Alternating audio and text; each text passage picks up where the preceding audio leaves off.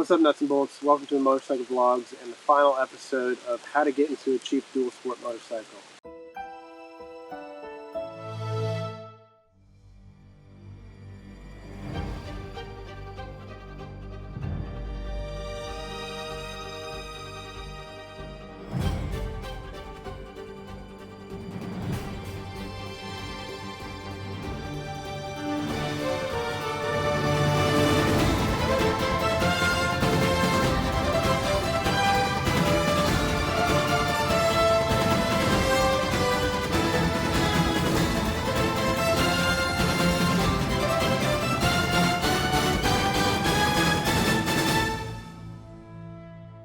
Alright, so we've reached the end of the series for the SP600 as far as the build goes and how to get into a budget motorcycle. Now, and I've kind of commented back and forth with some of you guys in the comments about how the build is, or how the bike has been going as far as budget wise and everything. So some people were kind of commenting that it may not necessarily be that much of a budget bike anymore because of the amount of money and work I've had to put into it. I would disagree, just on the fact that I did get the bike so cheap. I had to put a ton of effort into it. So really you're gonna, the cheap part comes in financially. You're gonna pay somewhere. You're gonna pay with finances, you're going to pay with labor, you're going to pay with time, one way or the other. And I paid a lot of labor and time more than I did money. Even though I did pay more money than I really wanted to or expected to, I still, even though it's not done, yeah, so that's another thing. It's technically, I'm not done working on it yet. I still have to restore the gas tank for it. The gas tank that's on it is only temporary. That's why it doesn't really fit the bike, but it gets me by for now. I still have to finish mounting the seat and everything, but I'm able to ride it now, ride it legally on the road and functionally. So for me, the build is done for that series as far as getting into the bike. All in all, I know early on in the series I said I was going to come up with an itemized list on the cost of everything that I did on it. Everything I've done on it has extended far beyond what I planned. I've completely lost track of financially exactly where I'm at, but I'm still well under $2,000 for the thing, so I would still qualify this as a budget bike.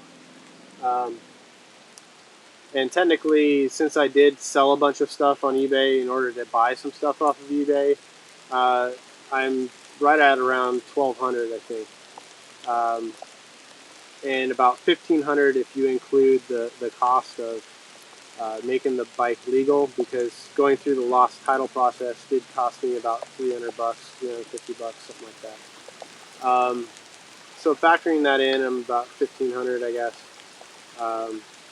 So still a very cheap bike for an adventure bike that you can do off-road, you can do highway, you can do long distance travel comfortably, you can haul gear, and still take it off-road and take it over the whoops and through the mud. So yeah, even though it's giving me my share of heartaches in this build, a lot of which I didn't capture on video. It would have been too frustrating to capture on video anyways, because it was frustrating enough as it was without going through the rigors of setting up the camera and especially talking through the video.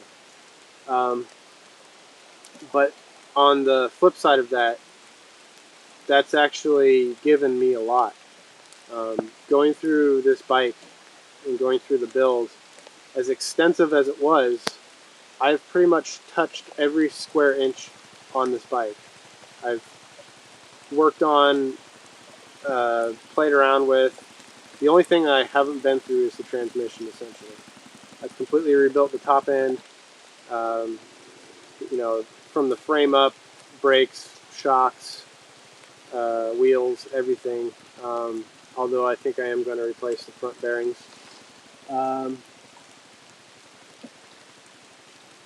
Yeah, I've been through everything on this, and that gives me a certain amount of confidence with, even as much as the bike has given me trouble. It gives me a certain amount of confidence that if it does give me trouble on the road, I will have the ability or capability to either understand what's wrong, if not fix it. So that in itself is worth its weight in gold. Uh, just having the experience and knowledge. Um, you can essentially watch a ton of videos on how to do something on YouTube and be a expert on how to accomplish something, but until you've actually experienced it and failed and experimented, you don't actually have the confidence in the experience. So, man, I'm getting kind of wet here.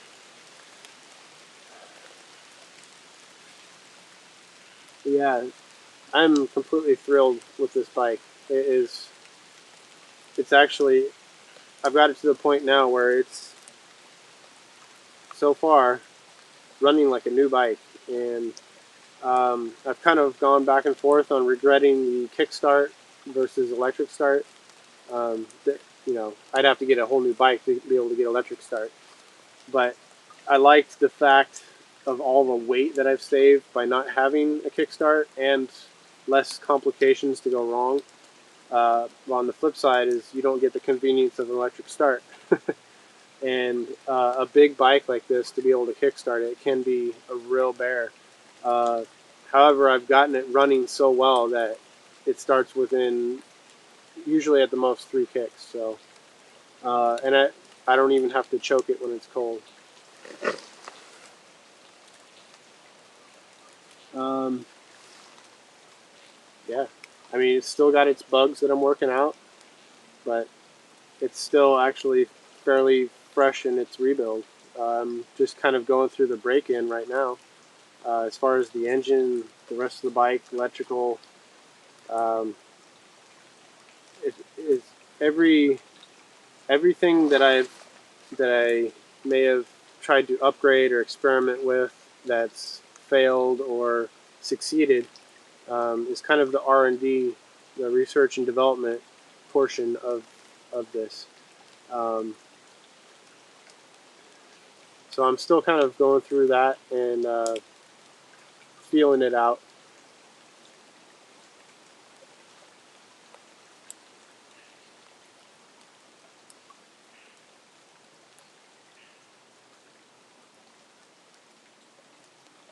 I think it's time to go ride again. Kind of stopped raining for a little bit.